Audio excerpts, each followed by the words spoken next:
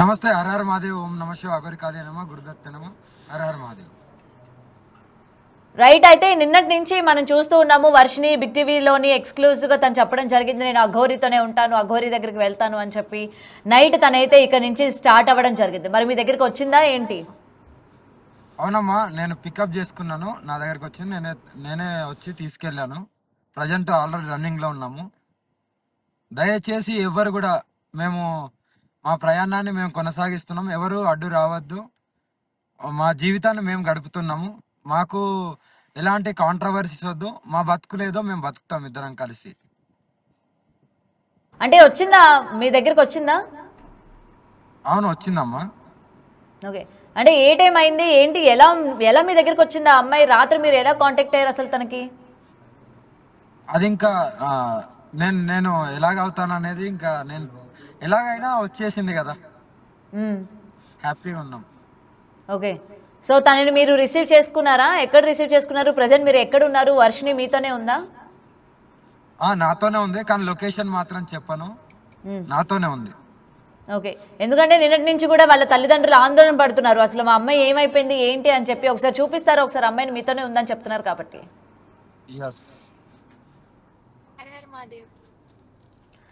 Right. Varshini, ఎలా వెళ్ళావు ఏంటి? నైట్ అంతా కూడా నిన్నటి నుంచి తల్లిదండ్రులు కావచ్చు, నిన్ను చూసిన వ్యక్తులు కావచ్చు, ప్రతి ఒక్కరు కూడా రాత్రి ఏమైపోయింది ఏంటి, అమ్మాయి ఎక్కడికి వెళ్ళింది ఏంటి అని చెప్పి చాలా ఆందోళన చెందారు. ఏంటి మరి, ఎలా వెళ్ళావు ఏంటి అసలు? అంటే అది పర్సనల్, ఎవరికి చెప్పకూడదు అనుకున్నాను ఎలా వచ్చాను ఏంటి అనేది. ఓకే. కానీ అఘోరం దగ్గరికి అయితే వచ్చేసాను సేఫ్ గా. ఎటువంటి ఆటంకం లేకుండా సేఫ్ గా రీచ్ అయిపోయాను. నన్ను పికప్ చేసుకున్నారు. ఓకే. సో మొత్తానికి అయితే నువ్వు అనుకున్నది చేసావు. అనుకున్నది చేసావు అంటే అది నా జీవితం అనుకున్నాను కాబట్టి చేయాల్సి వచ్చింది ఖచ్చితంగా. మరి నిన్న ఆల్రెడీ మీ పేరెంట్స్ ఏంటంటే అక్కడి నుంచి బయలుదేరి హైదరాబాద్ కూడా వచ్చినట్టు తెలుస్తోంది. నీ గురించి చాలా ఆందోళన చెందుతున్నారు. మా అమ్మాయి ఏమైపోయిందో ఏంటో తిరిగి మాకు అప్పచెప్పండి, లేకపోతే మా అమ్మాయి నా దగ్గరికి రావాలి అని చెప్పి కూడా వాళ్ళు ఏడుస్తున్న పరిస్థితి మనం చూసాం. ఏం చెప్తావు మరి, మీ పేరెంట్స్కి ఏం చెప్తావు ఇప్పుడు? నేను ఒప్పించుకున్నప్పుడు ఒప్పుకున్నారు, పెళ్లికి ఒప్పుకున్నారు, వాళ్ళ దగ్గర ఉండి పెళ్లి చేశారు, తాళి కట్టించారు, అంతా చేశారు. కానీ మధ్యలో వచ్చిన వ్యక్తుల మాటలు విని వాళ్ళు ఇప్పుడు ఇలా ప్రవర్తిస్తున్నారు. వాళ్ళకు కూడా ఇష్టమే. కానీ నేనైతే ఒకటే చెప్పగలను, నేనైతే లైఫ్ టైం ఈమెతోనే ఉండడానికి ఫిక్స్ అయిపోయాను కాబట్టి నేను వాళ్ళని వదిలేస్తాను కూడా చెప్పట్లేదు. వాళ్ళు వస్తే నేను స్వీకరిస్తాను, తీసుకుంటాను, బంగారంలో చూసుకుంటాను. అంటే అంటే ఇప్పుడు నువ్వు అఘోరితో ఉంటూనే ఇటు నీ ఫ్యామిలీని కూడా చూసుకుంటానంటున్నావు. అవును. అంటే ఆర్థికంగా కావచ్చు, మళ్ళీ నిన్ను అఘోరి మీ అమ్మ వాళ్ళ దగ్గరికి పంపిస్తుందా? పంపిస్తుందా అంటే అది నా ఇష్టం, దాన్ని బట్టి ఉంటది. అంటే నేను వెళ్తాను అంటే చూడ్డానికి పంపిస్తారు, లేదంటే నేను వెళ్ళను, ఎక్కడికి మీతోనే ఉంటానంటే ఎక్కడికి పంపించరు. అది నా డెసిషన్ బట్టి ఉంటది. ఓకే. ఎందుకంటే మరి నిన్న అన్నారు అఘోరి మా పిల్లని ఏదో చేసింది, మా పిల్ల అసలు మా మాట కూడా వినడం లేదు, వెళ్ళిపోయింది అని చెప్పి నిన్న అఘోరి కూడా చెప్పడం జరిగింది వాళ్ళ కుటుంబం దగ్గరికి. అంటే ఇప్పుడు పెళ్ళైన తర్వాత ఎలాగ భర్త దగ్గర నుంచి పుట్టింటికి అట్లా ట్రావెల్ చేస్తూ ఉంటారో వర్షిని కూడా అదే విధంగా వెళ్తూ ఉంటుంది, వస్తూ ఉంటుంది, తన కుటుంబాన్ని కూడా చూసుకుంటూ ఉంటుంది అని చెప్పడం కూడా జరిగింది. ఏమంటావు మరి దీనికి? ఓకేనా, నువ్వు అట్లా చేస్తూ ఉంటావా ఇక్కడికి అక్కడికి? నేను దానికి ఒప్పుకుంటాను. అంటే వాళ్ళు ఓకే అంటే వాళ్ళకి ఇష్టం అయితే నేను అలా ఒప్పుకుంటాను. ఓకే. దానికి సిద్ధంగానే ఉన్నాం. ఫోన్ చేశారా మీ అమ్మ వాళ్ళు? ఫోన్ చేశారా నీకు ఏమైనా?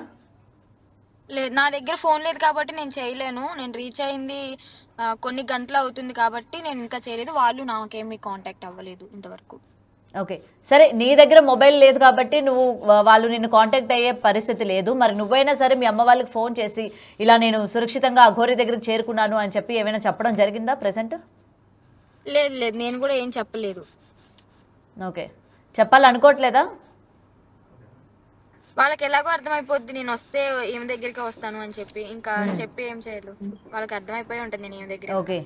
సో ప్రెసెంట్ ఏంటి నెక్స్ట్ ఏం చేయాలనుకుంటున్నారు ఏంటి? మళ్ళీ ఎక్కడికి వెళ్తారు? నీ భవిష్యత్తు ఏంటి? నెక్స్ట్ నువ్వు ఏ స్టెప్ అయిపోతున్నావు? ఆల్రెడీ నువ్వు స్టడీస్ అన్నవి డిస్కంటిన్యూ కాబట్టి నువ్వేమైనా చదువుకునే ప్రయత్నం చేస్తావా? అఘోరి నుంచి చదివిస్తుందా, లేకపోతే మీరు ఇద్దరు కలిసి నెక్స్ట్ స్టెప్ ఎక్కడ వేయాలనుకుంటున్నారు ఏంటి అసలు? చదువు అంటే అది కంటిన్యూ అవుతూనే ఉంటుంది స్టడీ. ఇప్పుడైతే ప్రెసెంట్ మేము ఎక్కడ ఉన్నాం, ఎక్కడికి వెళ్తున్నాం అనేది చెప్పాలనుకోవట్లేదు. మేమైతే ఇద్దరం కలిసి ఇలాగ జీవితాంతం ఉండాలనుకుంటున్నాం కాబట్టి ఎవరు దయచేసి డిస్టర్బ్ చేయకండి. ఎక్కడైనా మేము కనిపించినా కూడా మీరు వచ్చి బలవంతంగా లాక్కెళ్ళాలి అలాంటివి చెయ్యకండి. నేను ఆల్రెడీ లైవ్ లో చెప్పాను నిన్న బిగ్ టీవీకి, విష్ణు అనే వ్యక్తికి అసలు సంబంధమే లేదు, కానీ ఈ రోజు ఏదో ఒక మీడియాకి వచ్చి కూడా మాట్లాడుతున్నాడు. అతని మీద నేను కఠినంగా చర్యలు తీసుకోవాలి. అసలు అంటే నేను వెళ్ళి ఆయన మీద నా పర్సనల్ వీడియోస్ అయితే పెడతా అని బెదిరిస్తున్నాడు కదా, అలాంటి వీడియోస్ పెడతానని చెప్పి కేసు పెట్టాల్సి వస్తుంది. పెంచినాడు పెంచినంత వరకే ఉండాలి, నా ఇష్టాల జోలికి రాకూడదు అని చెప్పి అలా కూడా కేసు పెట్టాల్సి వస్తుంది. ఇంకా విష్ణు నా విషయంలో పట్టించుకుంటే, నా జోలికి వస్తే, మా ఇద్దరు జోలికి వచ్చి మమ్మల్ని విడదీయాలి అనుకుంటే మాత్రం కఠినంగా చర్యలు తీసుకుంటాను. దయచేసి విష్ణు ఈ విషయంలో ఇన్వాల్వ్ అవ్వకపోవడమే మంచిది. అన్ని మీడియాల్లోకి ఎక్కి ఏదో అంటే సొంత అన్న చూసుకున్నంత ఇదిగా ఎందుకు ఇంకా నా గురించి ఇంత పోరాడుతున్నాడు అనేది నాకు అర్థం కావట్లేదు. అంటే నీ మీద ప్రేమ లేకుండానే నీ గురించి ఇదంతా చేస్తున్నాడు అని అనుకుంటున్నావా నువ్వు? ప్రేమ అంటే పెంచిన ప్రేమ ఉండొచ్చేమో, అందుకని చెప్పి ఇంత తెగిస్తారా? నేను వదిలేశాను, ఇప్పటికి నేను మూడోసారి ఇది రావడం, మూడోసారి కూడా వచ్చాను అంటే వాళ్ళకి అర్థం కాదా?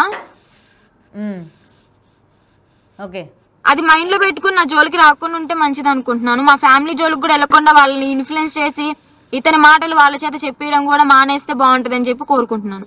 ఓకే, అండ్ నైట్ టైమ్ ఇక్కడ నుంచి నువ్వు బయలుదేరింది, ఎలా వెళ్ళావు, నిన్ను ఎలా పిక్ చేసుకున్నారు ఏంటి అని చెప్పి కూడా మొత్తం నువ్వు చెప్పను అని అన్నావు. ఓకే, బట్ ఏ టైంకి అక్కడికి చేరుకున్నావు తన దగ్గరికి? నువ్వు వెళ్ళగానే అఘోరి ఏ విధంగా రియాక్ట్ అయింది? ఎందుకంటే తన కోసం అంత అర్ధరాత్రి పూట వెళ్ళిపోయావు నువ్వు, అసలు తన గురించి ఎలా రియాక్ట్ అయింది? నువ్వు అసలు ఏ టైంకి వెళ్ళావు ఆమె దగ్గరికి?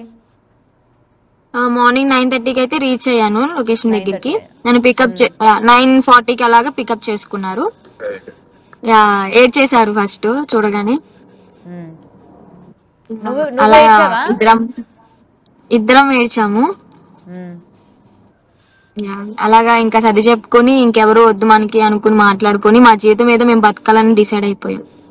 ఓకే, సో ఇంకా మీ లైఫ్ ఏంటో మీరు లీడ్ చేసుకుందాము అని చెప్పి అనుకుంటున్నారు అనమాట. అయితే ఇప్పుడు ప్రెసెంట్ ఏదైతే జ్యోతిర్లింగాల్ని నేను దర్శించుకోవాలి అని అఘోరి చెప్తూ ఉందో, ఇప్పుడు మీరు అటు వెళ్తున్నారా? లేకపోతే నిన్న చెప్పడం జరిగింది కదా ఇంటికి తీసుకెళ్తాను, ఇంట్లో ఇంకా తన కుటుంబ సభ్యులు నువ్వు మొత్తం ఒక ఫ్యామిలీ లాగా మేము కలిసి ఉంటామని చెప్పడం జరిగింది కదా, అలా మీరు ఏమైనా ఇంటికి వెళ్తారా లేకపోతే ఏంటి? దీని గురించి కూడా ఏమైనా క్లారిఫికేషన్ ఇస్తారా? అది తర్వాత, కానీ మేము ఏం చేస్తున్నాం మన కార్యాచరణ మాత్రం ఎవరికి చెప్పం. అంటే ఎందుకు ఇంత సీక్రెట్ గా ఉంచాలి అని అనుకుంటున్నారు మీరు ప్రెసెంట్? అంటే మళ్ళీ మీ పేరెంట్స్ ఇవన్నీ కూడా తెలుసుకొని నీ దగ్గరకు వచ్చి మళ్ళీ నిన్ను తీసుకెళ్లిపోతారనా? తీసుకెళ్లిపోయినా కూడా ఈసారి నేను వెళ్ళను, ఎందుకంటే నేను మీడియా ముందుకి చెప్పేశాను. కానీ నాకు ఎక్కడ బాధ అనిపించింది అంటే, ఆ పోలీసులో మంగళగిరిలో కేసు ఇచ్చిన తర్వాత వాళ్ళు పట్టించుకోకపోవడం నాకు చాలా బాధ అనిపించింది. ఎందుకంటే I'm the major. Okay, parents గా వాళ్ళకి సపోర్ట్ చేసి ఉండొచ్చు, కానీ ముందు నేను ఇచ్చాను కాబట్టి నా బాధ కూడా వాళ్ళు అర్థం చేసుకోవాలి కదా. కానీ నా కేసు తీసుకోకుండా పట్టించుకోకుండా మూలపడేసి మా పేరెంట్స్ ఇచ్చింది తీసుకొచ్చి అది లీడ్ చేస్తున్నారు వాళ్ళు, అది మెయిన్ హైలైట్ చేస్తున్నారు. కానీ వాళ్ళకన్నా ముందు నేను ఇచ్చేసి నా స్వతహా నేను వచ్చేసాను, నా ఇష్టపూర్వకంగా వెళ్తున్నాను, నేను అఘోరమ్మతోనే ఉంటాను, అమ్మ నాన్న చూడాలనిపిస్తే నెలలో 10 రోజులు 5 రోజులు వచ్చి వాళ్ళతో స్పెండ్ చేస్తాను వాళ్ళకి ఇష్టమైతే అని క్లియర్ గా రాసి వచ్చాను. విష్ణుకి నాకు కూడా ఏ సంబంధం లేదు, ఇన్వాల్వ్ అవ్వకుండా ఉంటే మంచిది అని కూడా నేను రాసేసి వచ్చాను అదే రోజు. May 21 ఫ్రైడే అనుకుంటా, నైట్ 10:30కి ఏమో కంప్లైంట్ రాసి ఇచ్చి రావడం జరిగింది. కనీసం ఆ కంప్లైంట్ రాసి నేను బయటకు వస్తుంటే మా అన్నయ్య నాన్న నన్ను లాక్కెళ్ళిపోయారు ఇంటికి, జుట్టు పట్టుకొని ఎలా పడితే అలా పట్టుకుని ఆటోలో ఎక్కిచ్చేసి ఇంటికి తీసుకెళ్లిపోయారు. ఇప్పటికీ నాకు వాళ్ళు గోర్రు ఘాట్లు అవన్నీ చేతి మీదే ఉన్నాయి. ఇంకా ఇంటికి తీసుకెళ్లారు. ఓకే, సైలెంట్ గా ఉన్నాను. నెక్స్ట్ డే మాత్రం ఎలాగైనా వెళ్లాల్సిందని పట్టుబడి తర్వాత 22nd ఆఫ్టర్నూన్ నేను వచ్చేయడం జరిగింది. అలా వచ్చిన 15 రైట్, ఒకసారి సిగ్నల్స్ కట్ అయినట్టున్నాయి. మళ్ళీ 15 days అయిపోయింది. గుజరాత్ కు వచ్చి వాళ్ళు తీసుకెళ్ళడం జరిగింది. నేను ఇది ఒక్కటే చెప్తాను, వాళ్ళు నన్ను ఎన్నిసార్లు తీసుకెళ్ళినా కూడా నేను ఈమె దగ్గర అమ్మ దగ్గరికే తీసుకెళ్లే అవకాశం లేదు. ఆ ప్రయత్నం కూడా చెయ్యకండి దయచేసి, ఈసారి ఊరుకునేదే లేదు. ఓకే ఓకే, సో గట్టిగా వార్నింగ్ ఇస్తున్నావు. అయితే కేవలం విష్ణుకేనా ఇది వార్నింగ్, లేకపోతే మీ పేరెంట్స్ కి కూడా ఇస్తున్నావా? నన్ను ఇంకా తీసుకెళ్లొద్దు, నా గురించి నార్మల్ గా ఉన్న మా పేరెంట్స్ కి అయితే నేను ఈ మాట చెప్పను, విష్ణుకి అయితే చెప్తున్నాను గట్టిగా. అలాగే విష్ణు మాటలని ఇప్పుడు ఎవరైతే మీడియా ముందుకైతే వస్తారో మా పేరెంట్స్ వాళ్ళకి కూడా చెప్తున్నాను గట్టిగా. ఒకవేళ వాళ్ళు విష్ణుని కనుక దూరం పెట్టి, ఎందుకంటే నిన్నటి వరకు కూడా విష్ణువే మా అమ్మాయిని ఏదో ఒకటి చేసి ఉంటాడు అని చెప్పి మాట్లాడారు కాబట్టి పేరెంట్స్, ఒకవేళ విష్ణుని కానీ వాళ్ళు దూరం పెడితే, కుటుంబ సభ్యులు దూరంగా కానీ పెట్టేస్తే మీ అమ్మ వాళ్ళ దగ్గరికి వెళ్తావా మళ్ళీ? వాళ్ళు పెడతారని చెప్పి నేను అనుకోను, ఎందుకంటే ఇప్పటికి కూడా గైడెన్స్ చేస్తున్నాడు. అమ్మ మాట్లాడకపోయినా కానీ నాన్న అన్నయ్య మాత్రం టచ్ లో ఉన్నారు. ఫోన్ కాంటాక్ట్ లో తను ఎలా చెప్తే అలా చేస్తున్నాడు. లేదంటే వాళ్ళు హైదరాబాద్ వచ్చేంత ఆలోచన వాళ్ళకి రాదు. డెఫినెట్లీ గైడెన్స్ చేస్తున్నాడు. ఓకే, మరి ఇప్పుడు మనిషి ఎందుకు కనిపించట్లేదు? కేవలం ఫోన్ లోనే మొత్తం కూడా గైడెన్స్ ఇస్తున్నారు అనుకోవచ్చా? అయితే మనిషి ఇప్పటి వరకు అయితే బయటకు రావట్లేదు కదా విష్ణు, నిన్నటి నుంచి ఈ రోజు ఏదో ట్రీ మీడియాలో ఇంటర్వ్యూ ఇస్తున్నాడు. ట్రీ మీడియాలో అమ్మని లైవ్ లో తీసుకున్నారు కదా, చూసాం అక్కడ. ఆ మీడియాలోకి ఎక్కి చెప్తున్నాడు.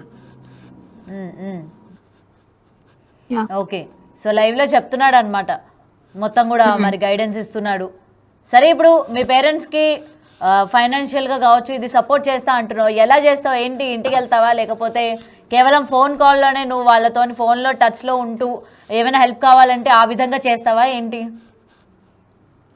ఇంటికంటే చాలా టైం పడుతుంది వాళ్ళకి కలవడానికి. అయితే ప్రెసెంట్ కలవలేను, ఫోన్ కాంటాక్ట్ లో టచ్ లో ఉంటాను. ఫైనాన్షియల్ గా అంటే ఇంకా మా అన్నయ్య చూసుకుంటాడు కాబట్టి వాళ్ళకి ఏదైనా అత్యవసరం అయితే నేను ఏదో ఒకటి చేసి వాళ్ళకి పంపిస్తాను మనీ. ఓకే, ఇప్పుడు నెక్స్ట్ మీ పయనం ఎక్కడికి అమ్మా? నెక్స్ట్ ఓకే, మొత్తం కూడా మీరు ఎక్కడికి వెళ్తారు ఏంటన్నా చెప్పనన్నారు. ఫ్యూచర్ ఏంటి?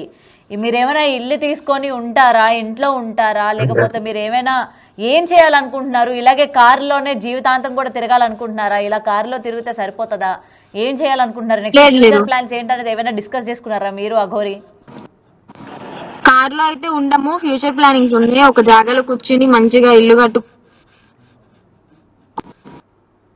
మా అమ్మ నాన్నకి ఇష్టమైతే వాళ్ళు కూడా వచ్చి ఉండొచ్చు, నో ప్రాబ్లం. సెటిల్ అయ్యి ఒక మంచి లైఫ్ లీడ్ చేద్దామని అయితే అనుకున్నాం. ఓకే, ఇల్లు కట్టుకుందాం అనుకుంటున్నారు అయితే? యా. ఎక్కడ ఎక్కడ ఎక్కడ కట్టుకుంటారు? అఘోరి యొక్క సొంత ఊర్లోనా లేకపోతే మీరు ఏమైనా ప్లేస్ అనుకున్నారా ఎక్కడైనా మేము ఇల్లు కట్టుకోవాలి? ఒక ప్లేస్ అనుకున్నాము, ఒక ప్లేస్ అనుకున్నాము, అక్కడ కట్టుకుంటాం. ఓకే ఓకే, అఘోరి ఏం చెప్తుంది ఇప్పుడు? ప్రెసెంట్ మొత్తం నిన్నటి వరకు చాలా డల్ అయిపోయి డీలా పడిపోయింది. వాళ్ళు ఒక్కసారిగా మిమ్మల్ని చూడగానే ఆ హ్యాపీనెస్ అంతా ఆమె ఫేస్ లో కనిపిస్తుంది.